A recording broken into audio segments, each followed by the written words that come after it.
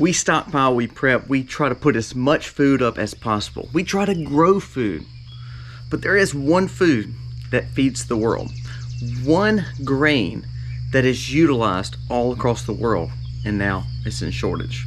So the one grain that you should be purchasing, the one grain that you should be stockpiling, because it's getting in short demand. 20 year low this year. What is it? Why are we talking about it? What's the importance of it? The important food that feeds the world. Let's jump over to the key facts of it. Why are we seeing shortage of it, and how it truly can impact the world? It's a big deal. This video is going to be a good one, and it starts right now.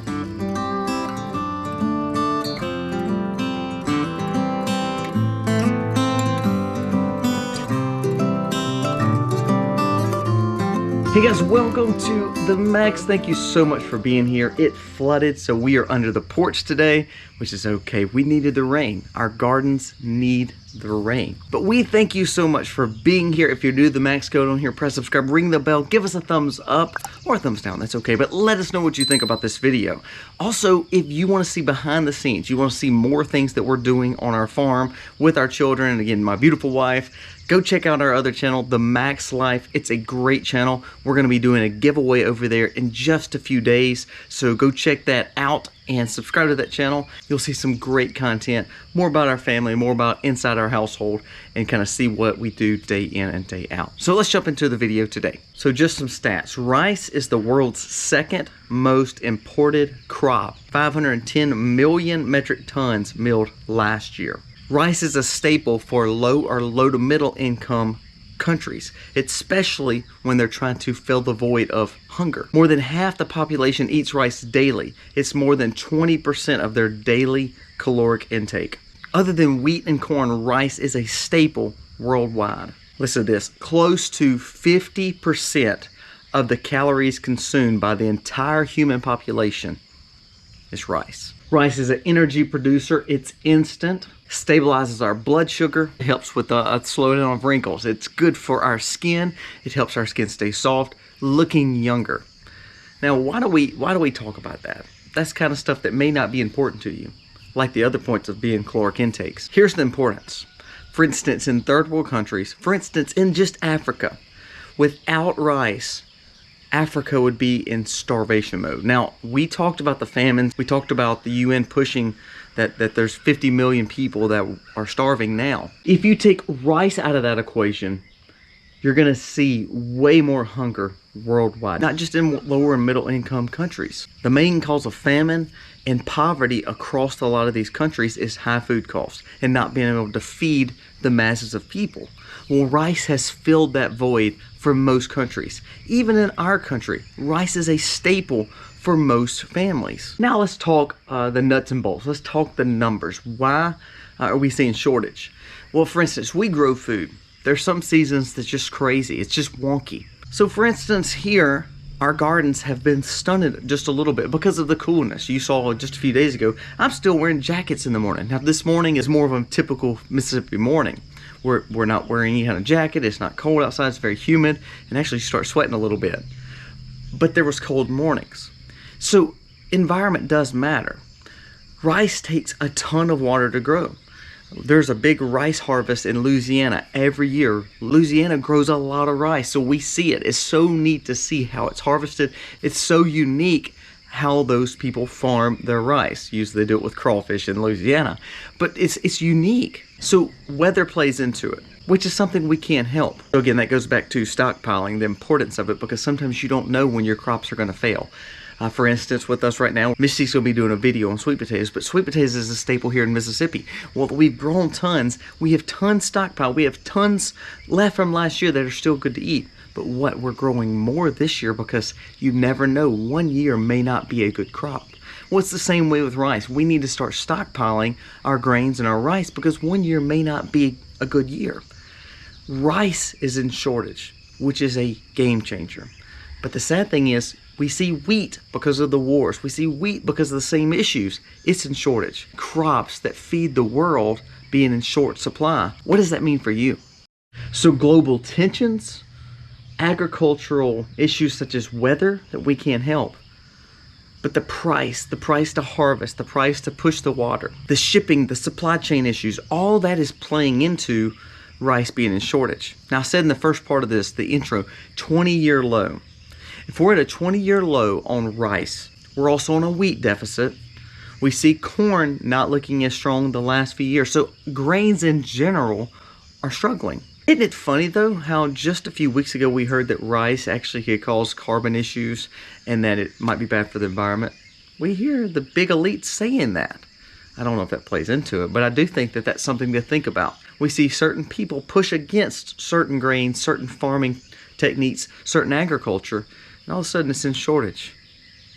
It's unique. Now, a big concern with rice, it's not only the fact of hunger, it's not only the fact that it gets people out of starvation and famine, because it's such a commodity that we push across the world. There will be several countries that will struggle economically. The impact of rice not being able to be harvested, but also to be transported, to be sold on the open market in all these countries is going to cause a ripple effect in our economics. Our economy, yes, it is money-based. We have to make money, but we have to feed the world. Commodities and food is actually what makes the world go round. We have to eat. We eat at least 1, 2, or 3 meals a day. Some people eat more, probably shouldn't. But bottom line is we eat. That makes the economy and the world go round. It's cultivation, it's agriculture. So as we talk in several videos, we have to go back to agriculture. We have to go back to growing food, because when we can't help the weather, when we can't help the fact that it was a bad crop this year or a bad yield this year, when we can't help the supply chains because of the conflicts in the Asia Pacific area, which is a big rice harvester in China, or the wars dealing with the wheat for Russia and Ukraine, then you have to take control of your food system. So why do we push stockpiling these grains? Because of this situation. Do you realize, again, America probably won't see a shortage in rice or see a shortage in those grains. You may, but what you're going to see is you're going to see an inflated price. It says that when rice is in shortage, not only are you going to see economic impact and you're going to see people starve, you're going to see inflation across the economy, because now all of a sudden the price of commodities has went up, which is going to cost you more, which is going to cost the operator more, which is going to cost the supply chain more, which ultimately will affect your money and how much food that you can take in. Well, 50% of our food and caloric intake is rice, especially in a lot of cultures, and it's more expensive. Those people are already struggling maybe with food and getting food, and they may be only eating 1 or 2 meals a day. So the cost going up is going to make a major impact. So what are we going to do? We're such a global society that we're going to put more money in these cultures, or we're going to put more food, or we're going to try to do all we can to help those folks or help this world get through any kind of food famine. Now that's a good thing. We should be helping people get food. But that is going to make your grocery store impacted, because it's going to cost you more, because you're going to have to buy these foods and it's going to be more expensive. So now here's the positive things about rice. If you go right now, you can purchase rice pretty economically still, because it's not impacted. The yield that you're seeing now that's going to be in shortage is going to cause more issues a few weeks, months, and even a year down the road. So start stockpiling these grains. Now another benefit, when it's dried rice, when you buy it in its natural form, you buy it with no chemicals or no flavors or additives, and not prepackaged in some kind of a unique way to put it in the microwave. When you buy rice, just natural rice, and you put it up in Mylar bags, or you put it in food grade buckets that are sealed, rice will last for years. I mean, you can stockpile this. I always tell people stockpile at least for 7 years. Try to build a 7-year supply of food. But say, for instance, you just want to get through the next year, or 5 years, or 7 years, or even you want this grain to last 10 years or decades. It can.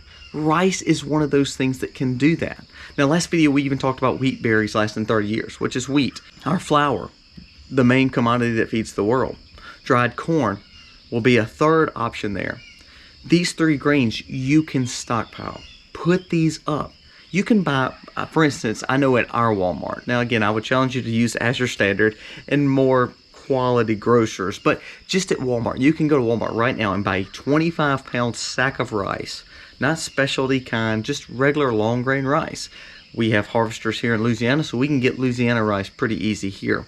But say, for instance, you're just buying any kind of imported rice. You can literally buy it cheaper than any other grains in the grocery store right now.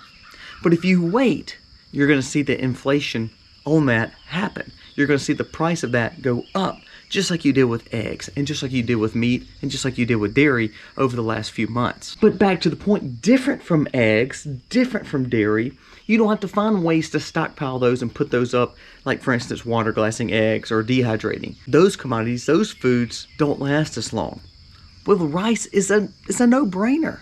Rice is one of those grains that will last a lifetime. So you need to be stockpiling this and putting it up. The reason we stockpile, the reason we invest in food is for insurance. We want to make sure it's there just in case we ever need it. If you never use this, you can utilize it by feeding someone else or giving it away one day. But you better realize the importance of rice and what it will do on our world economy. We're in a globalist society, no matter if we like it or not. Look at the supply chain issues that we've had for the last 2 or 3 years and how they've been impacted. Look at how these conflicts across the world, we're investing tons of money in, and we're seeing supply chain issues. We're seeing shortages with wheat. We're seeing more global impacts based on other countries' judgment. Well, when you throw commodity issues in there, such as food and how we feed the world, that's a big deal. Now, the scary thing is you're seeing global agendas push against rice because of its carbon footprint. All it is pushing against food in general. It's a natural food that grows pretty easy and can be harvested. If they don't want farmers to be farming and they don't want agriculture to be used and they don't want that water to be used for farming, then they're going to try to grow something else like they did with meat, like they did with all these other GMO modified foods. Don't let them do this to rice. Don't let them use this crisis, this chaos with the shortage to then impact it to a point where they're going to modify it even more or they're going to take it out, period. So weather, supply chains, conflicts, the cost of goods, supply chain issues, all those things have impacted rice. Right now, we're talking about this because you can still buy a lot of rice because there's a lot from last year and the prior months that have been harvested, and that is in your grocery store right now. There's nothing you have to do to it. You take it out, you put it in a Mylar bag, or you put it in a food grade bucket. You don't have to cook it down. You have to do nothing to it to put it up for safety. Rice in our culture may not be as big of a deal as something like grain such as wheat or corn. Our culture doesn't seem to eat rice as much as, per se, most of the other cultures. But look at the Asian Pacific market. Look at the Indian market, the Spanish market, Latino markets. Rice is a staple there. And also because the other grains are in shortage that we typically would have ate, such as corn and wheat, should we stockpile rice? Absolutely. Should everyone in every culture be stockpiling rice? Absolutely. I go back to this all the time. We don't know the safety of our currency. We try to find ways to spend our money and make sure it's safe. We try to find ways to save our money to make sure it's safe. Food can be bartered. Food is independence. Food is liberty. Having food and either growing it or stockpiling it, food is sustainability for you. You grow it or you buy it. If food is controlled more or food is in shortage more, you will have to make more sacrifices economically, maybe physically, maybe mentally. And if you can't control your own food system and you can't provide your own stockpiled goods, your own pantry, then you will have to bend the knee to a lot of things, including maybe your morals and values, maybe your thought patterns on certain things. Maybe you have to be a sellout because you have to eat. Don't hear these warnings and just say, oh, by the way, we've got tons of food. We're America. It can happen here. Not only are you going to see maybe shortages worldwide, you're going to see the cost of it go up here. Like we've talked in other videos, we'll see shortages of some things here, but pretty much our problem is being in America, we'll see food, but it will cost you more. Have you went to Walmart lately? Have you went to your local grocer lately and bought just a few bags of food and saw how much it's cost you and how different that was than just 5 years ago? The more we see shortages across the world, the more our food is impacted because we're in a globalist food market. That broken system, that supply chain issue, the effect of those shortages will impact you. We don't realize what cereals, what goods we're eating that has all these grains in there already. Think of your people that are so-called gluten-free. They can't eat flour. Well, what's the basis of a lot of gluten-free foods? Rice. So that can impact you in another way. Maybe digestive. Maybe you have some issues and you can't eat certain things. Rice is a big part of your meal, or a lot of the foods you're eating are rice-based. That all matters. So start stockpiling some of these grains. I'd look at those 3 grains: corn, wheat, and rice. All those in the dried forms will last decades. All you have to do is learn how to put them up. I've done videos on that. I would put up at least 3 to 6 months supply at minimal of those grains. But you need to be pushing for 6 months, a year, 3 years, 7 years. You need to have enough food that you can not be impacted again with your freedoms, not be impacted economically because they cost more, and also that you can have a more sustainable outlook on your food, which is important. That's how we take care of our families, and that's how we keep the freedoms and liberties and independence, and to build a parallel society when we can't always trust our dollars. We'll be stockpiling these grains as we speak. Go and purchase these. These are not expensive right now, but when shortage comes, when supply chain happens, those will go up and they will cost you more. It will impact the world. Don't let it impact your family. Have that independence, that liberty, and that freedom to say it's time to take care of our family. Guys, thank you so much for watching. Let me know what you think about this video. We talk a lot of stockpiling. We talk a lot of food prep. We talk a lot of growing. The importance is taking care of your family. It all comes back to the freedoms and liberties that we've been given, and you can control a lot of that by having food to feed your family. Thank you again for watching. I hope you're enjoying our channel. Again, check out our other channel and subscribe to both. We're going to be doing a monster seed haul giveaway, like a big seed bank from one of our providers, non-GMO heirloom seeds that you can start growing, and we're going to be talking about that in the coming videos about what you should be growing to take care of your food system locally. Guys, thank you for watching. God bless you. Happy homesteading, y'all.